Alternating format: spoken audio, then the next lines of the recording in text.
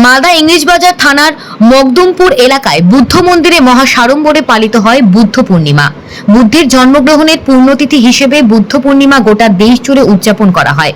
হিন্দু ধর্ম অনুসারে বিষ্ণুর নবম অবতার গৌতম বুদ্ধ, যদিও বৌদ্ধ ধর্ম অবলম্বীদের কাছে খুবই তাৎপর্যপূর্ণ এই দিন। গত ৩ বছর ধরে মালদার জগদীশপুরে বৈধ বিহারে নিয়ম নীতি মেনে এই অনুষ্ঠান হয়ে আসছে।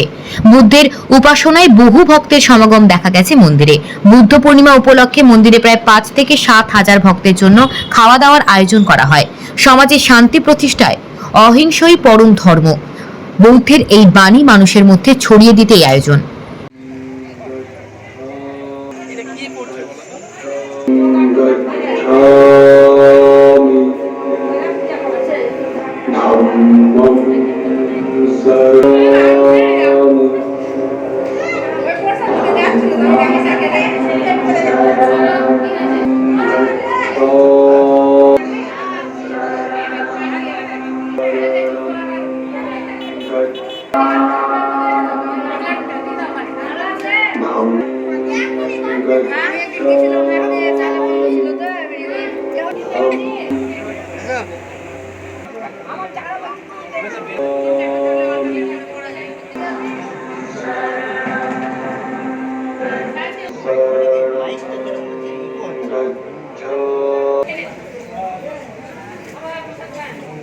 Namo tassa bhagavato arahato kami dhammang mandami sangha aparagam বৌদ্ধ বিহার জগদীশপুর এই অঞ্চলে গত ৩ বছর ধরে আমরা এখানে বৌদ্ধ পূর্ণিমার দিন এই অনুষ্ঠান করে থাকি।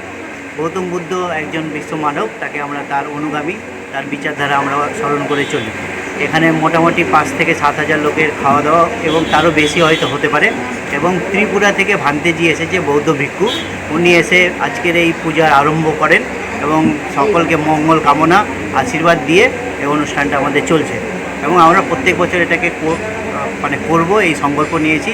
আমাদের মধ্যে যে প্রধান উদ্যোক্তা তিনি হচ্ছেন রমেন রবিদাস, তারা এখানে এসেছেন বুদ্ধর আশীর্বাদ নিতে এবং বুদ্ধর যে চিন্তাভাবনা, তার যে মঙ্গল কামনা, তার যে শীল, সেগুলোকে মেনে চলার, যেন সৎ কথা বলা, মিথ্যা কথা না বলা, চুরি না করা, পাপ না করা, এই বিষয়ে আমরা উদ্যোগী হয়ে মানুষের কাছে তার যে মানে শীলগুলো পৌঁছে দিতে চাই।